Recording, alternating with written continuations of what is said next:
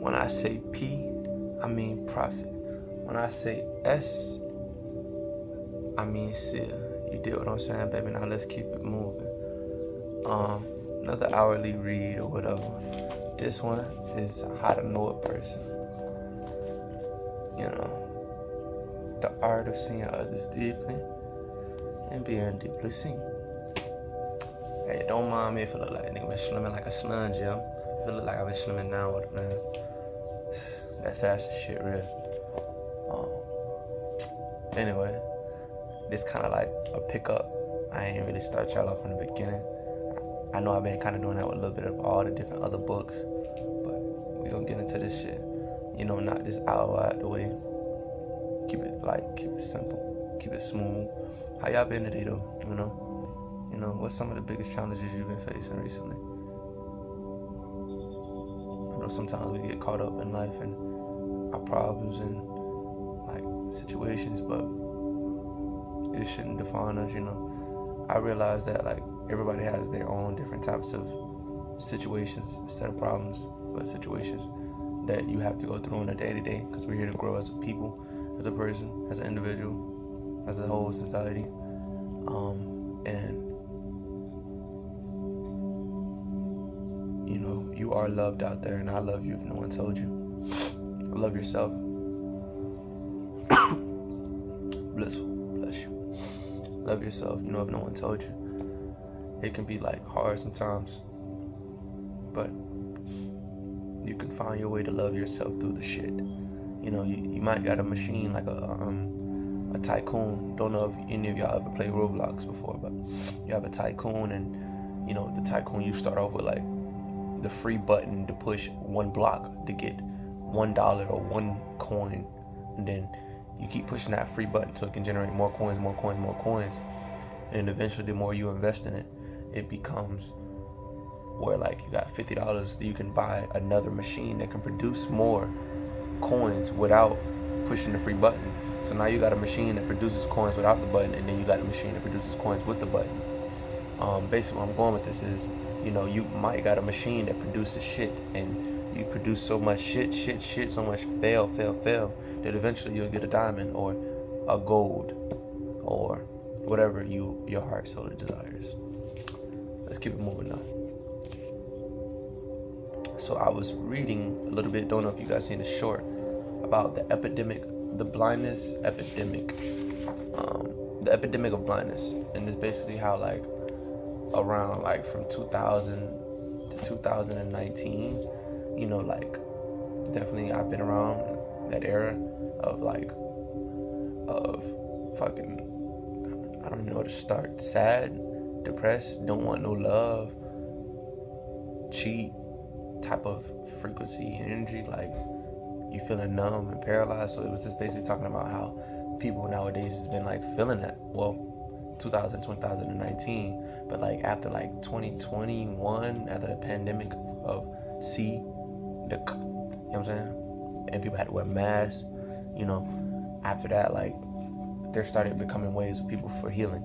So that's where I'm at with it. So if you read The Body Keeps the Score, that book is a good book, because that's what it's actually where it's at right now. So we're just gonna pick up. Koch's book, The Body Keeps the Score, is one of the best-selling books of our era. It's about trauma and healing from trauma, and has sold millions of copies. As Van der Kolk writes, knowing that we are seen and heard by the important people in our lives can make us feel calm and safe, and being ignored or dismissed can participate rage, reactions, or mental collapse.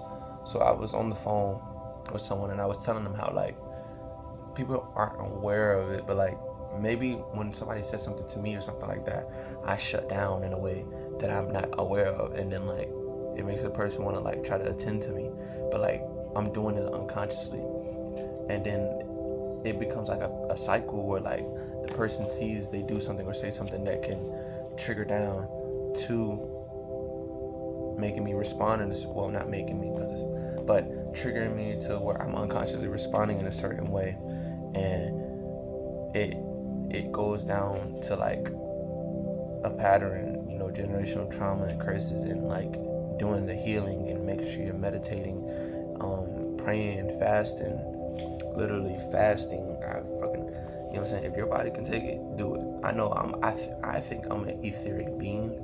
If there's different types of body types we all have, you know, you could be more of a fire element, water element,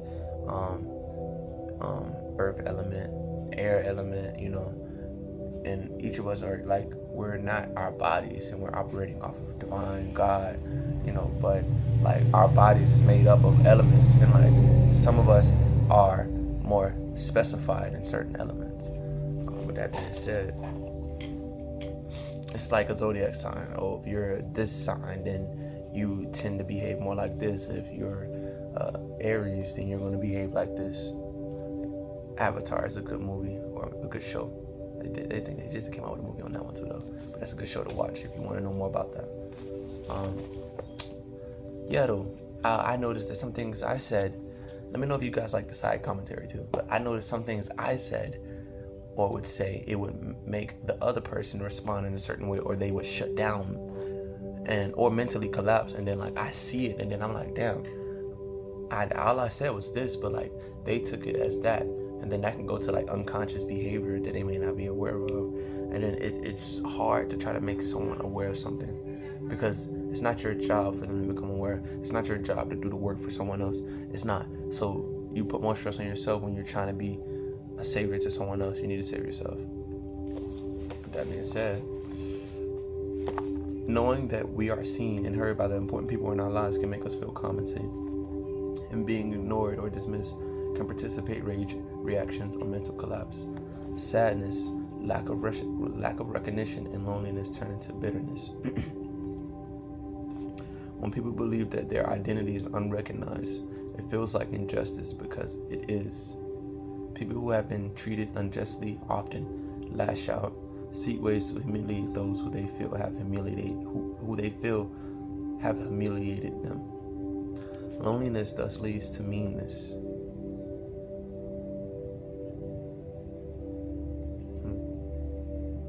As the saying goes, pain that is not transformed gets transmitted. The data, and that's why I say do the work, so you can transform that pain and turn it to gold. You can turn your pain into gold. You really can. You can make millions off of your pain. Rod Wave is a person who made millions off of his sadness. As the saying goes, pain that is not transformed gets transmitted. The data I just cited about social isolation and sadness is no surprise, accompanied by other sorts of data about rising hostility and causalness. In 2021, hate crime reports surged to their highest levels in 12 years. In 2000, roughly 2/3 of Americans gave to charity. By 2021, fewer than half did. One restaurant owner recently told me that he has to ban somebody from his place for rude behavior almost every week these days.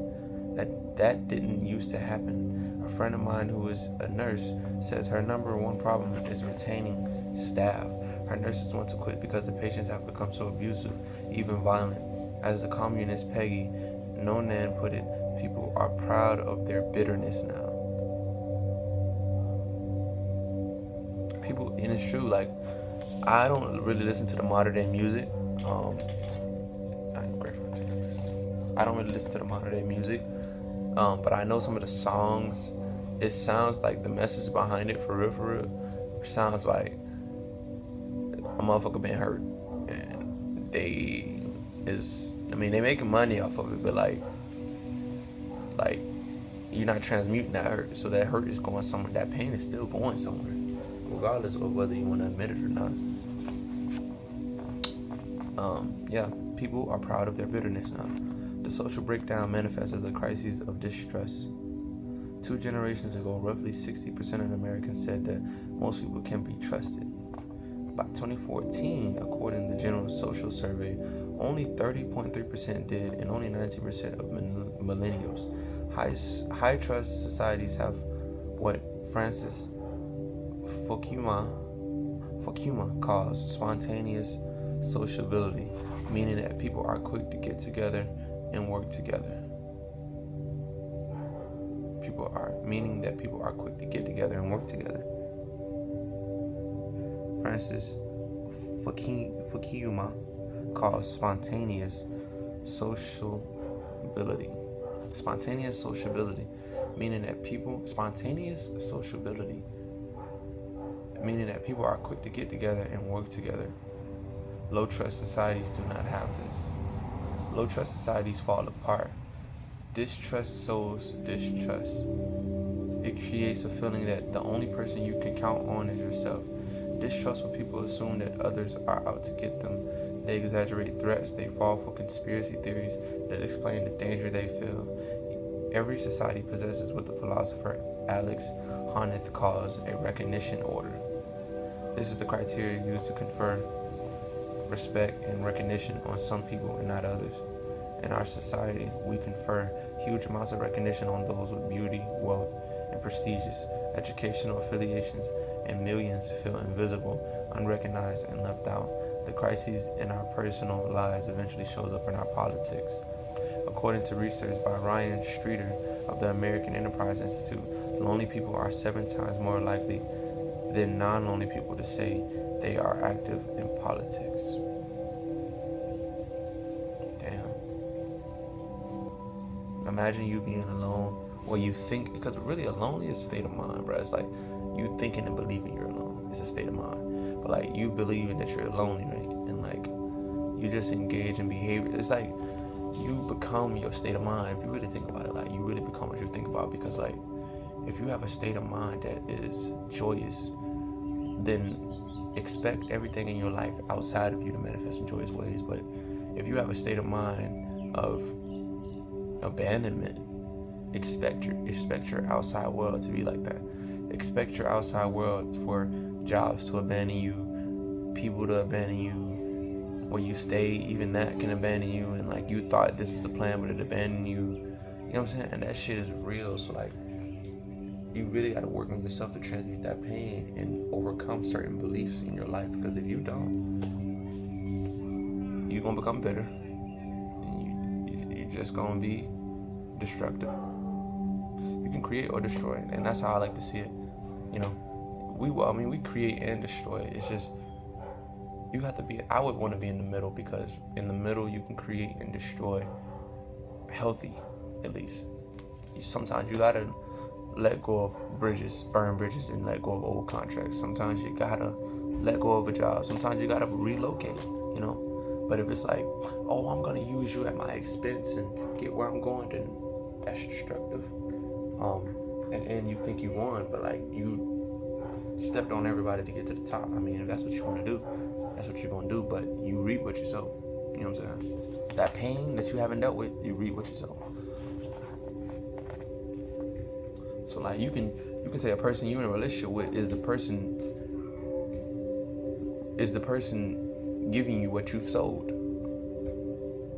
You become what you think about. So then if you're in a relationship where like if you're in a relationship and certain shit is going on in your relationship, it's because you have something going on within yourself that you need to look at. So then if you have a person in front of you that is like a mirror, then you need to pay attention on how they could be mirroring you, and what about this person reflects me. Like, what about that person reflects me? What about that person makes me attracted to, or a match to, you know what I'm saying? Like, what does that say about me? If I'm in a relationship with this person and this is what's going on in their life, what does that say about me? You know, I'll be asking myself certain questions like that. Just now in front of y'all, just to figure out cause shit, if I'm where I'm at now, what does that say about me? And then sometimes you gotta be mindful that your circumstances is not who you are. So like, you just really have to go within and really know thyself.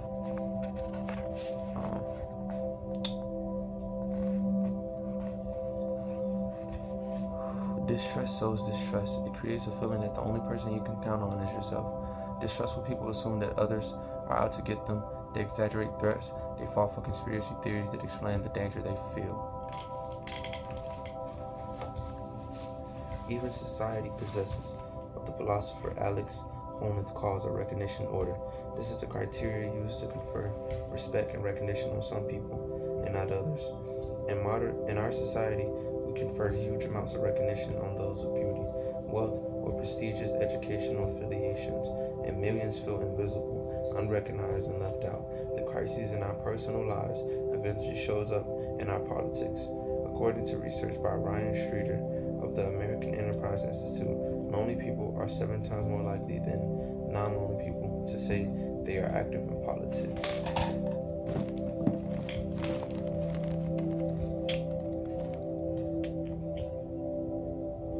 For people who feel disrespected and unseen, politics is a seductive form of social therapy. Politics seems to offer a comprehensible moral landscape we, the children of light, are facing off against them, the children of darkness. Politics seems to offer a sense of belonging. I am on the barricades with the other members of my tribe. Politics seems to offer an arena of moral action. Damn, it's true. Like, it makes sense why people want to be in a group with other people, because they feel like this is where they belong. They feel like this person relates to them. They feel like this person gets them or understand them. So of course you would want to hang around that person like a lot more. You would not want to be around someone where you feel like you're not being seen, you're not being understood, you're not being heard. So then you can say that with like females, you can say that with males, you can say that with dating relationships, family relationships, you can say that with a lot of different things, you know.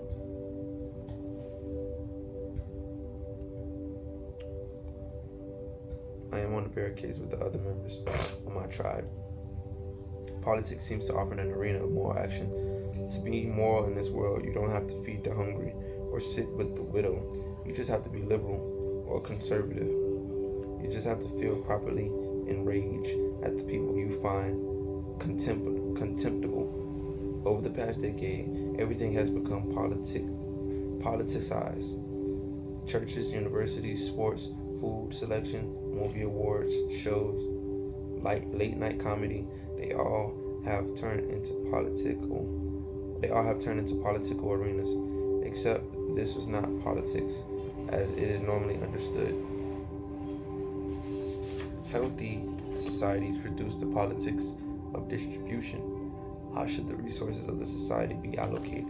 Unhappy societies produce the politics of recognition.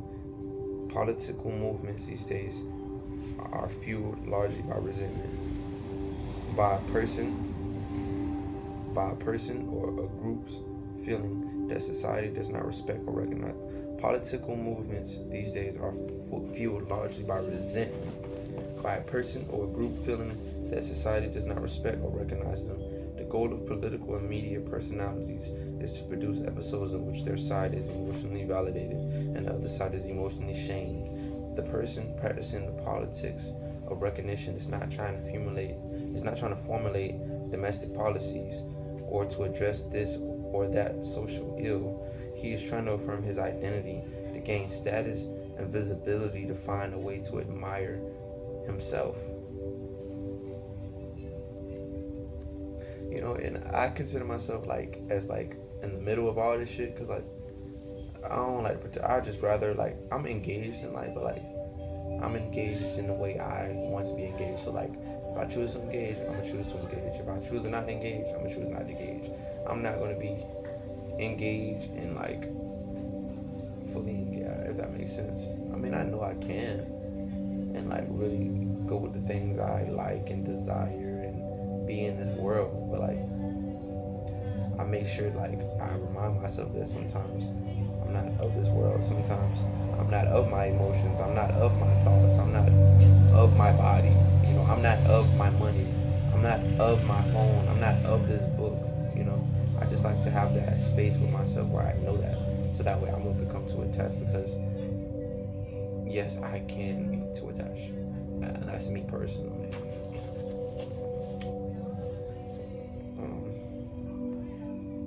But of course, the politics of recognition doesn't actually give you community and connection. People join Persian tribes, but they are not in fact meeting together, serving one another, befriending one another. Politics doesn't make you a better person. It's about outer agitation, not inner formation. Politics doesn't humanize. If you attempt to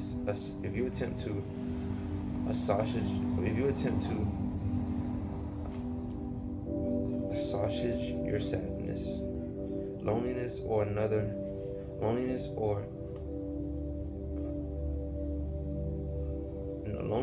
anonymity through politics, it would do nothing more than land you in a world marked by a sedated striving for domination.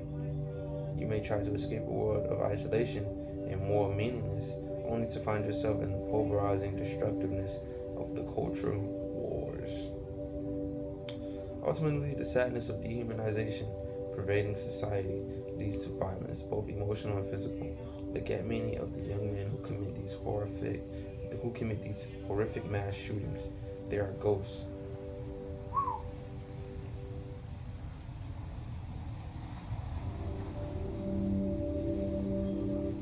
They are ghosts. In school, no one knows them. Later, when journalists interview their teachers, they often don't remember them. These young men often have no social skills. Why doesn't anybody like me? As one researcher put it, they are not loners, they are failed joiners. Damn. Like, it's like trying to get engaged with society or a friend group or a social group, but you failed and you took it as, I guess I'm just not meant to be a part of a group or a whole, or, most people are believing that they're not meant to be a part of a whole. And that's what's really going on. A lot of people don't think there is a whole. A lot of people don't think they are connected. We all are connected. We all are one. But a lot of people don't think that. They believe that, we're separated and isolation is the best thing. Like, I don't know. Nowadays, people praise isolation to know yourself. So I can see that concept. But then it's like, a lot of people are doing it just because it's a trend. And then most people don't make it out. Most people think that's what it is. It's going to be the end all be all. And then eventually, like long term, the effects of that end up harming themselves or becoming violent or killing themselves. It's like, imagine being single for like 2 years or 4 years, right? And you think you're ready to have a relationship. Okay, I want a relationship now. I'm ready to be in a relationship. And then you get one, and then it's good, and you limerence about it a little bit, and after a while, you're like, oh, okay, okay. And then months down the line, okay, well, not with the first, okay, I'm lying.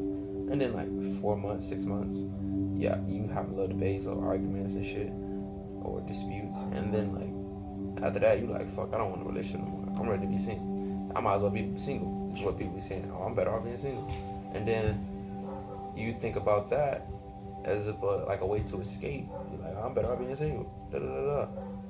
And then next thing you know, you stay in a relationship, and then you become violent, or the other person become violent, and then y'all getting physical or verbal, and then somebody go to jail, somebody get killed, somebody die. And this is the way I just told you that. It's like real stories of people dying like that. Like, I had someone I was young and I was a kid. He like, I knew him around, what I'm saying. And he had a baby mom, and he went to go see his baby mom to pick up his kid, and he got killed just for going to go see the baby mom to get the kid because the baby mom had a boyfriend. The baby mom was sinky, or she was bitter that he was a social person and he was able to get more females or multiple females, and she probably was bitter, or who knows? I don't know the story. I'm not gonna sit here and say I do. I'm not gonna sit here and say I know the story. But then like, he got killed.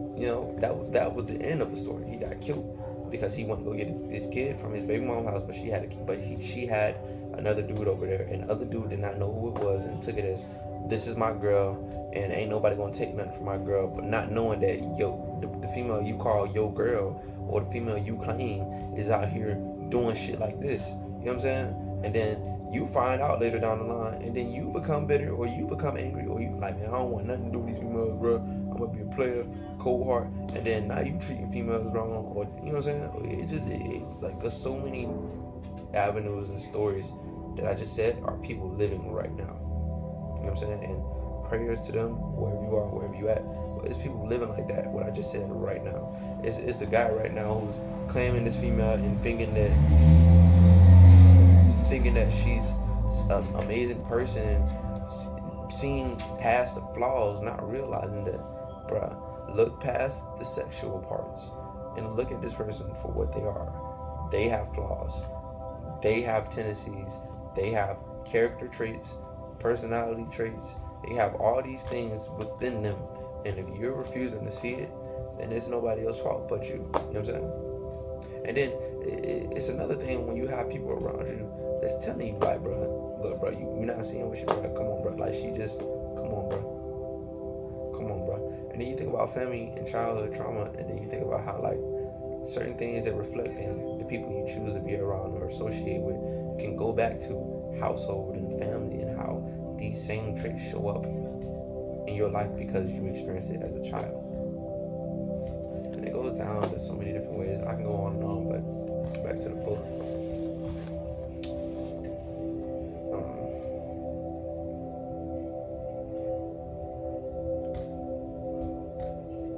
Ultimately, the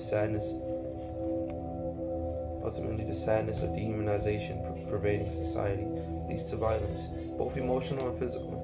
Look at many of the young men who commit these horrific mass shootings. They are ghosts. In school, no one knows them. Later, when journalists interview their teachers, they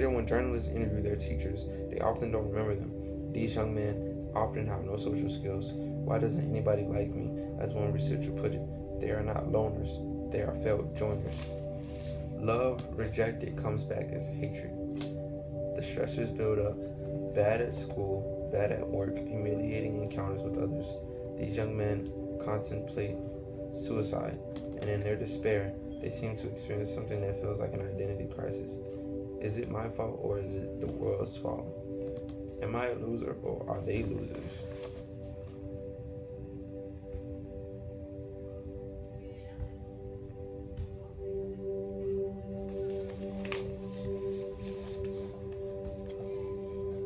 And here's where victimhood turns into villainy. The ones who become mad, it seems like people that be playing victims be the most villains, the biggest villains. It's like we live in a world today of heroes and villains. Heroes or villains is what we live in today. Really? Okay, let's do that. And here's where victimhood turns into villainy. The one who becomes mass shooters decide that they are Superman. I didn't even read that yet until now. The ones who become mass shooters decide that they are Superman, and it is a world that is full of ants. They decide to commit suicide in a way that will selfishly give them what they crave most: to be known, to be recognized, to be famous. They crave a narrative in which they are the hero. The guns seem to have some sort of psychological effect too. For people who have felt impotent all their lives, guns can provide a neurotic sense of power. Whoa, the guns seem to have sort of psychological effect too. For people who have felt impotent all their lives, guns can provide a neurotic sense of power. The guns are like super pence. The guns are like serpents in the trees, whispering to the lonely, "Hey, come pick me up, come shoot me." Good advice, basically. In 2014, in Esquire magazine, the writer Tom Jones interviewed a young man who gotten the nickname Trump because when he'd been arrested, it was rumored that the police had found that he had a trunk full of guns. He had set out to commit a mass shooting, but he'd been caught just as he was about to commute. When Jonah later asked him about his motive, he responded, "I wanted attention." People be wanting, bro. How many relationships you know or been in where the person wants attention? They want attention so bad, and your attention so bad, they're willing to do whatever it takes to keep your attention. You know, like. And then when you're in a relationship and you think, if you're in a relationship and you know that's what the person's doing, they're taking extreme ways to keep your attention because of their trauma or your trauma, and then you decide to not give them attention, because if you give so much attention and you start forgetting yourself and start forgetting to take care of yourself and clean up yourself and get yourself right, then it's like, well, what's the point of being in a relationship if I can't have me, but you get to have you? You get to have you in full cup, and I can't have me, cup gone, don't even got no cup, and all I'm doing is I'm just pouring to the point where I ain't even pouring no more. I'm pouring shit. It ain't even water. It ain't even liquid no more. It's nothing to pour. I poured so much that I fucking, or you as a person, fucking, you ever seen like something that's been sucked dry out of life? You think about a vampire, but you think about, I'm trying to think of like a fruit that gets really, really old and like it starts to defecate. You start to see deficit in it. Like it starts to like get real hard and soaked up and squished up and wrinkly and dry. You know what I'm saying? And it's like it's been sucked. Its life force has been sucked dry to the point where you can't even. You sucked it so dry that it ate itself. You know, like it's eating itself alive, and you ate yourself to the point where you don't even exist anymore. You don't exist anymore. You ate yourself, or you've been sucked dry to the point where it's like a vampire is the best way I can really have an understanding for you. You understand it? Like a vampire sucked you dry, sucked all your blood from your neck so much, or your sex, or your mind, or your food, whatever. You've been sucked so dry that you don't have. You're like a fucking. I don't know if y'all ever seen the SpongeBob movie where Patrick and SpongeBob was under the heat, under the sun, and they've been sucked so they was dried up from the lamp, trying to get the crown from for Neptune, King Neptune, trying to get the crown, and they was so close, and they was right here, but they was under the light and under the lamp because the fucking mask dude, the one-eyed fucking deep diver dude, took them, and they was right there to give up, and then they cried and shed the tear, and it became hard, then went down to the power cord. Then it got into the electric circuit, and then the fucking sprinklers of the ceiling came on, and they all came back alive. You know what I'm saying? The point of that is like they didn't give up, but they've been sucked dry to the point where they thought it was over. You know, and like that's where a lot of us is at. We've been sucked dry in so many different places, people, things, and relationships, where like you think it's over and you're ready to quit, you're ready to give up. But like you find healing in the last moment, in the last second, and that's why you really got to make sure that you're doing everything you can as a person so you can get into healthy relationships and with good people and with people that care about you and you care about them. Because like, bruh, if someone is knowing you're willing to offer something and they don't have to do much in return to get it, why not? Why not? It's like chess. I can sacrifice a pawn because it ain't really that much consequences. That's a C consequence. That's a C priority.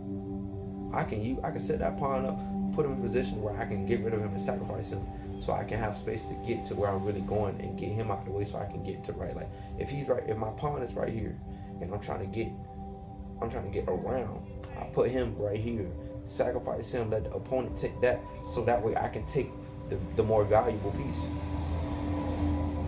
With that being said, the Trump guy, he had set out to commit a mass shooting, but he had been caught just as he was about to comment. When Jonah later asked him about his motive, he responded, "I wanted attention. If somebody would have come up to me and said, 'You don't have to do this. You don't have to do this. You don't have to have this strange strength. We accept you,' I would have broken down and given up. The essence of evil is a tendency to obliterate the humanity of another." For his book, Massachusetts Season, the French journalist Jean Hatzfield interviewed people who had been participated in the Rwandan genocide. He spoke to one man who had murdered his neighbor of many years. In that fatal instant, I did not see in him what he had been before, the man recalled. His neighbor's face became blurry in the seconds before the machete swung. So it was a machete in Massachusetts.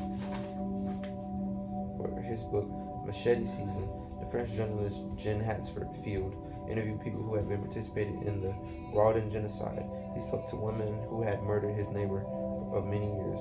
At that fatal instant, I did not see in him what he had been before, the man recalled. I did not see in him what he had been before, the neighbor called. I did not see in him what he had been before, the man recalled. His neighbored face became blurry in the seconds before the machete swung. His features were indeed similar to those of the person I knew, but nothing firmly reminded me that I had lived beside him for a long time. This man literally did not see. Not eyes, but like, he didn't see in the person who he had been. Then that got me thinking, like,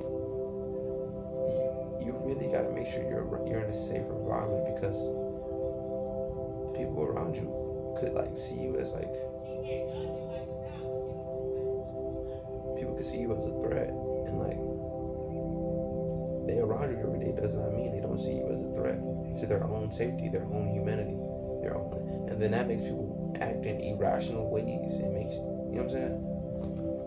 And it's crazy, you know. I know that's another story for another time, but there's been places where I didn't know not anybody, or, you know, a person, but I felt safe in an environment of me not knowing anybody. That makes sense.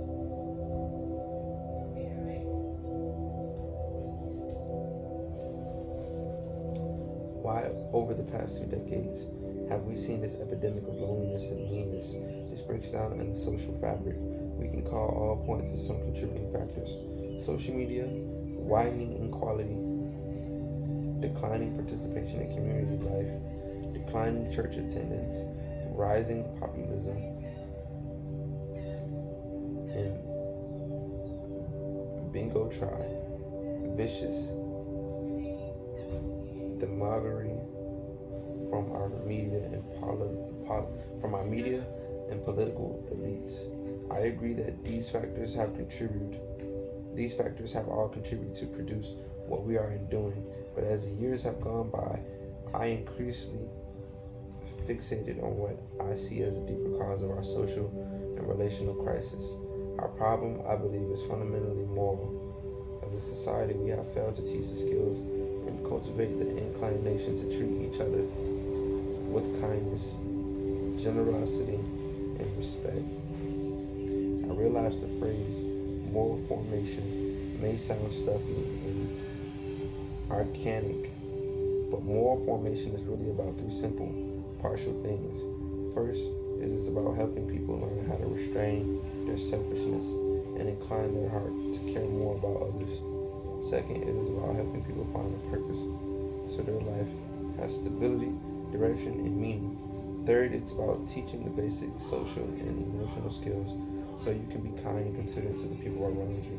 Over the centuries, our schools reflected the failings of our society, the racism, the sexism, and all the rest. But over those centuries, for all their many failings, schools really did focus on moral formation. They thought it was their primary job to turn out people of character, people who would be honest, gentle. They thought it was their primary job to turn out people of character, people who would be honest, gentle, and respectful towards those around them. But starting just after World War II, the focus on moral formation gradually fell away. In history, moral education in America, B. Edward McLean, argues that most elementary schools began to abandon moral formation in the 1940s and 1950s, and by the 1960s, deliberate moral education was in full-scale retreat. He continues, educators who had once prided themselves on their ability to reshape character now paid more attention to the SAT scores of their students, and middle-class parents scrambled to find schools that would give their children the best chances to qualify for elite colleges and universities.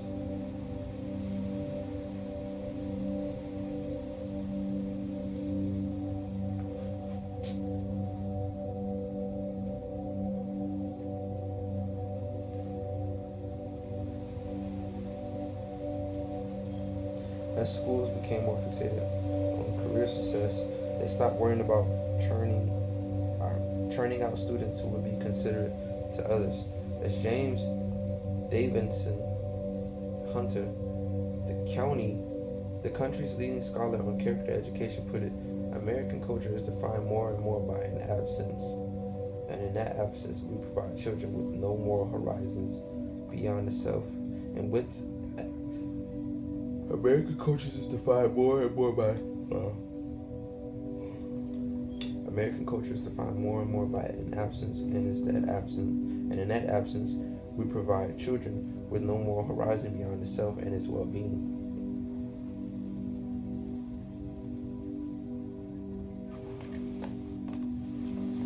Make sure it was still recording. Religious institutions which used to do this began to play a less prominent role in American life. Parents start participating acceptance parenting. They were less inclined to mold their children's moral lives and more likely just to cheer them on for their academic and athletic achievements. In a sense, American culture became demoralized. Moral talk and moral categories gradually came to occupy a smaller role in American life. Google, Ngram, viewer measures how often a word is used in published books. Over the course of the 20th century, usage of morality-related words plummeted. Bravery. Okay. In a sense, American culture became demoralized. Moral talk and moral categories gradually came to occupy a smaller role in American life. Google's Ngram viewer measures how often the word is used in published books. Over the course of the 20th century, usage of morality-related words plummeted. Bravery, down to 66%. Gratitude, down to 49%. Humbleness, 52%. UCLA researchers have long surveyed entering colleagues, students about what they want from life. In 1966, nearly 90% said they were strongly motivated to develop a meaningful philosophy of life. The most popular of all life goals.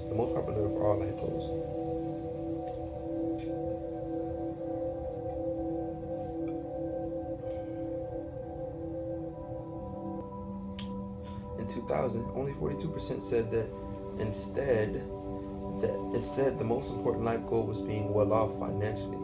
In 2000, only 42% said that instead the most important life goal was being well off financially.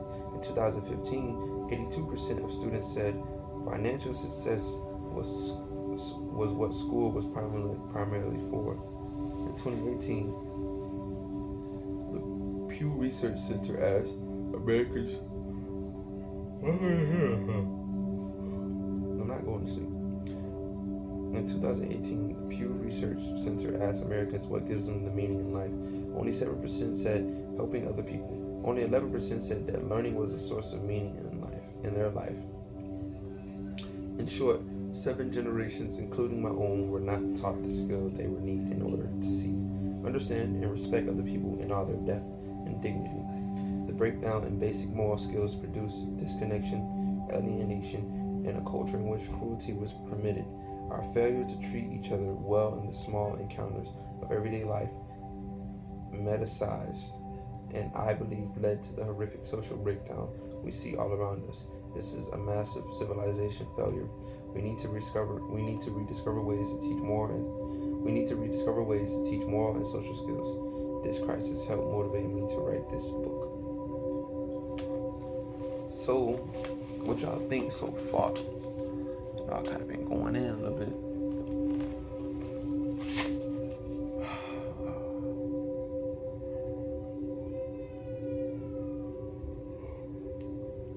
I know you probably hear the baby, turkey leg boy in the background. Studying how to know a person.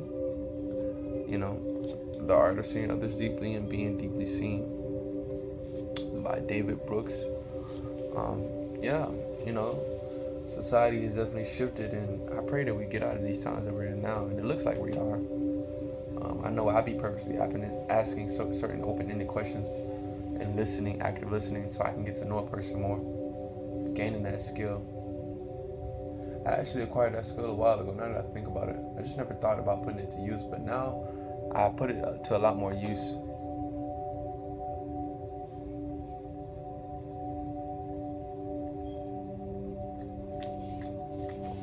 We're on a new chapter. Hard conversations. How many people can have a hard conversation? Define a hard conversation.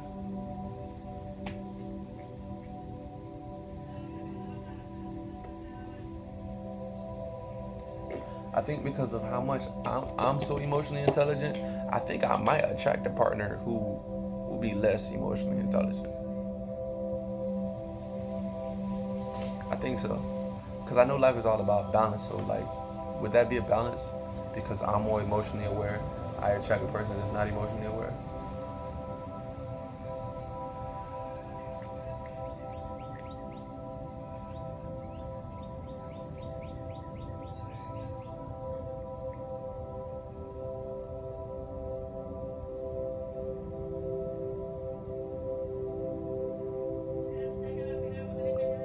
But because I'm so emotionally aware, that makes me more available to a lot more women. Because like a lot more women, a lot of women, for the women that ain't emotionally aware, bro, I can run game on them easily. But like that ain't what it's about. Shit. I can really run a business off of that shit. You know what I'm saying?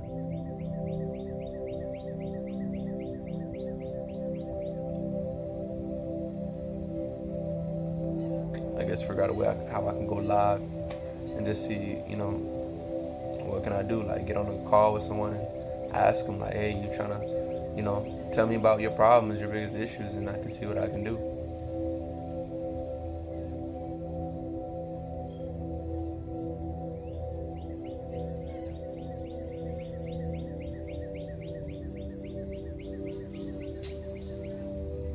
All right, I know y'all here for the read. Sometimes I enjoy like I sit in silence and I just listen.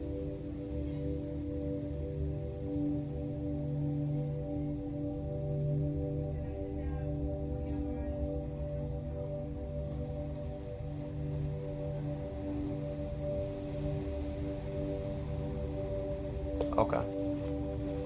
Hard Conversations. Page 107. Chapter 9. A society grew more bitterly divided. I traveled. My job is to travel around the country and try to get a feel for what's going on. Most of the conversations I have had over the past few years have been warm and wonderful, but befitting a time of great bitterness and distress. Many of them contained moments that were fraught and angry. In Greenville, South Carolina, I had dinner with an elderly black woman who was filled with smoldering fury because the young black girls in the neighborhood where she grew up have it even harder now than she did in the 1950s. Let's read that. In Greenville, South Carolina, I had dinner with an elderly black woman who was filled with smoldering fury because the young black girls in the neighborhood where she grew up have it even harder now than she did in the 1950s. At a baseball game, an inherent Trump supporter, stung by my anti-Trump stances, screamed in my face, "You're a fucking asshole." Anti-Trump stances screamed in my face, "You're a fucking asshole. You're a fucking asshole. You're a fucking asshole." They said it twice. Just how I just read it twice. About a year before that, my wife and I were welcomed with great hospitality by a Native American family in New Mexico. But the mattress simmered.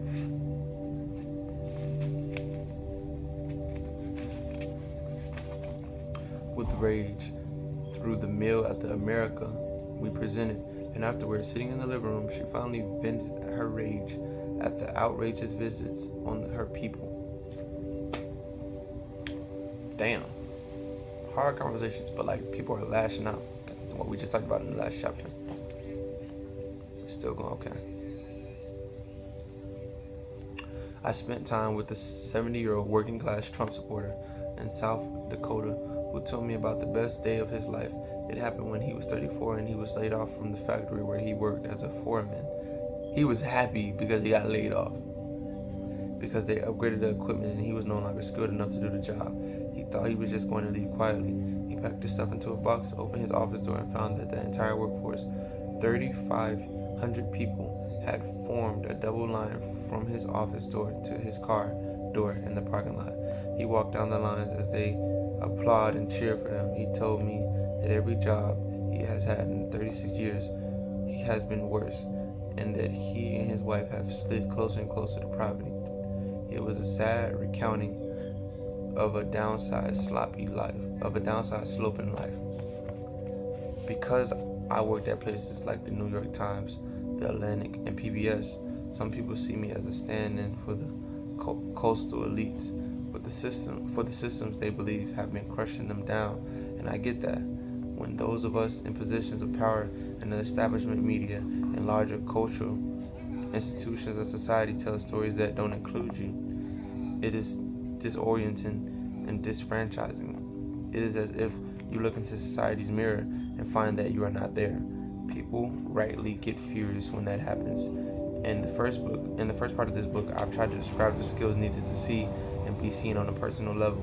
When two people happen to meet each other in normally healthy circumstances, in normal healthy circumstances, I think of that section as a college level course on how to understand one another. But we don't merely meet each other as unique individuals or in healthy social circumstances. We meet each other in the current atmosphere of disconnection and distrust. We meet each other as members of groups. We meet each other embedded in systems of power, in which some groups have more and some groups have less.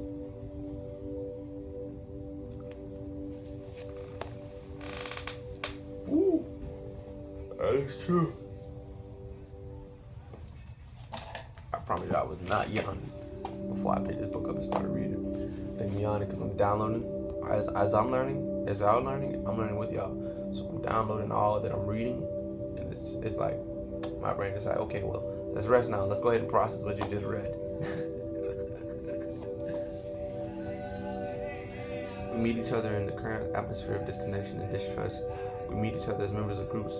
We meet each other embedded in systems of power in which some groups have more and some groups have less.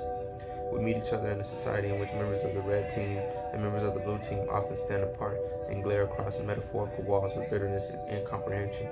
Our encounters are shaped by our historical inheritance.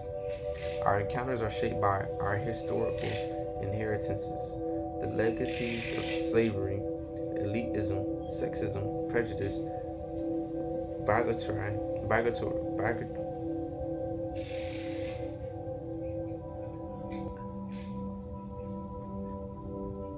bigotry, and economic social domination.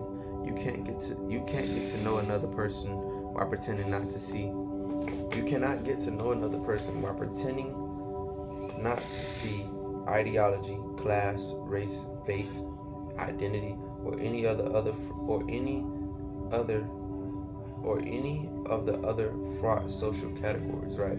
Like somebody that don't know me may see me as someone who's wise and my ideology on life, and regardless of my race and my class, they know I have a lot of faith in overcoming whatever it is I need to overcome, and identity as well. I feel I have a strong hold on my identity, and I do the things that I think and believe is important to me. Like right now, I would not be doing this if I didn't think it was important to me. Not only that, I'm doing it for a whole hour, and I'm not just doing it for the hour, I need to get that source of income, but like I'm doing it because like I believe knowledge is part of me. These days, if you want to know someone well, you have to see the person in front of you as a distinct and never to be repeated individual. But you also got to see that person as a member of their groups. Like, okay, someone that makes music, they're going to be part of a group that makes music. That you see that they associate themselves as artists, as a creative person, as someone who's, this, and then you say discipline. Okay, this person is a part. If I do push-ups every day and I take cold and hot showers every day, then I'm a part of a category that is discipline. A female, if she's someone that is feminine and take care of everybody on an emotional level, then she's going to be a part of the female group that is seen and perceived as less weak or not a hoe. If a female is a hoe, then she's going to be a part of a group of she in the streets and she want to be free. And you got to really understand the different categories of people. And some people may find joy in that. Like some people change when they want to change. So if a person is doing something that makes them happy, but it makes the other person not happy, then if you're the person that's not happy, you're going to have to figure out if you still want to be a part of this person's life. You're going to have to figure out, well, if if there's something I want to do, and support them, then I want to support them. I know they're going to change. If I don't eat meat, but if I'm a person that don't eat meat, I'm a raw vegan or fruitarian, then that's my category. But just because I'm in that category does not mean that a person that does eat meat and they're the meat eater category does not mean they don't have anything to offer or give, because then they could be telling me about, oh, well, you eat meat, you get iron and shit like that from this and that. You know what I'm saying? Stuff like that.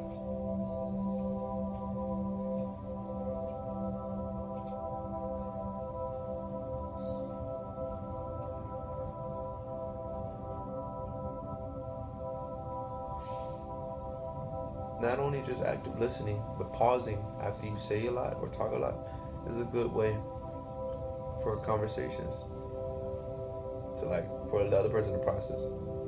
Sometimes I pause for myself to process what I just said.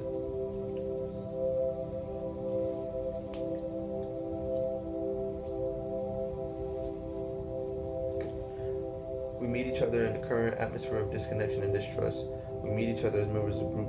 We meet each other embedded in systems of power in which some groups have more and some groups have less. We meet each other in society in which members of the red team and members of the blue team often stand apart and glare across metaphorical walls with bitterness and incomprehension. Our encounters are shaped by historical inheritances, the legacy of slavery, elitism, sexism, prejudice.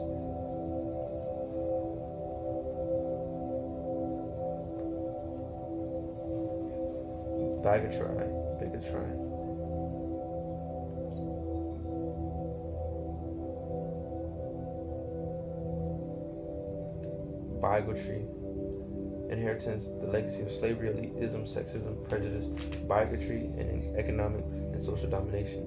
You can't get to know another person while pretending not to see ideology, class, race, faith, identity, or any of the other fraught social categories. These days, if you want to know someone well, you have to see the person in front of you as a distinct and never to be repeated individual. But you also got to see that person as a member of their groups, and you also got to see their social location. You got to see their social location. The way some people are insiders and other people are outsiders, right? If I'm someone who's an outsider, my boy, I'm gonna be outside. You know what I'm saying? Shawty, can you handle a guy like me that's always around women? And I'm gonna be given opportunities to talk to any other female, knowing I can do that. You know what I'm saying?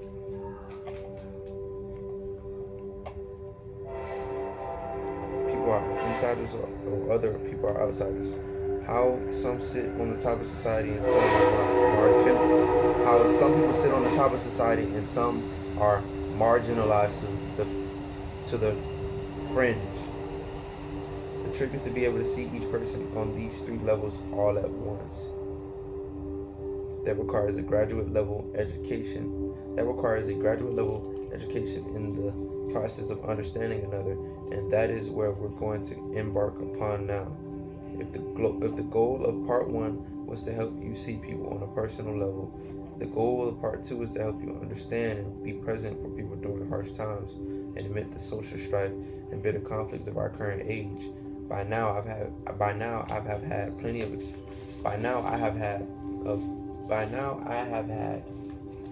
of experience with a certain kind of conversation, the hard conversations. By hard conversations, I mean conversations across differences and across perceived power inequalities.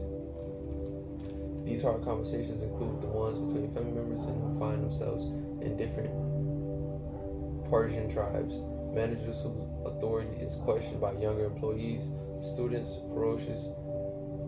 furious because they are inheriting such a broken world, populist outsiders who feel the coastal elite insiders are betraying them at every turn. These conversations often start with suspicions, animosity, resentment. People may want to connect, but their communications start off reserved, guarded. On that note, we're going to start right there and come back.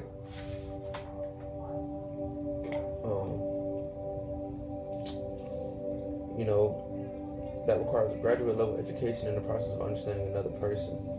The trick is to be able to see each person on these three levels at once.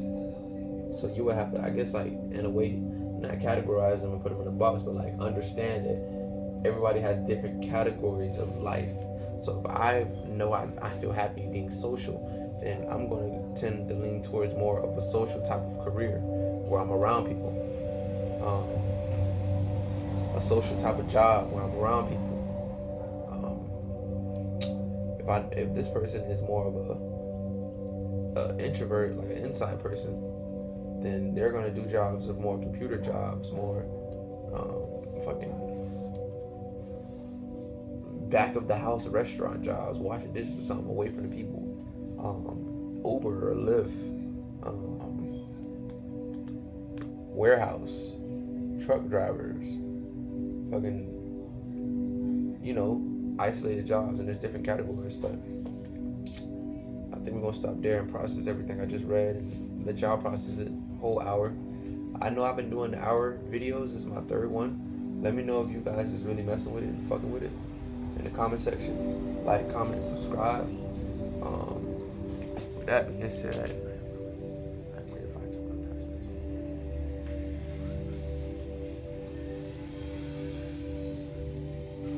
being said, I'm out.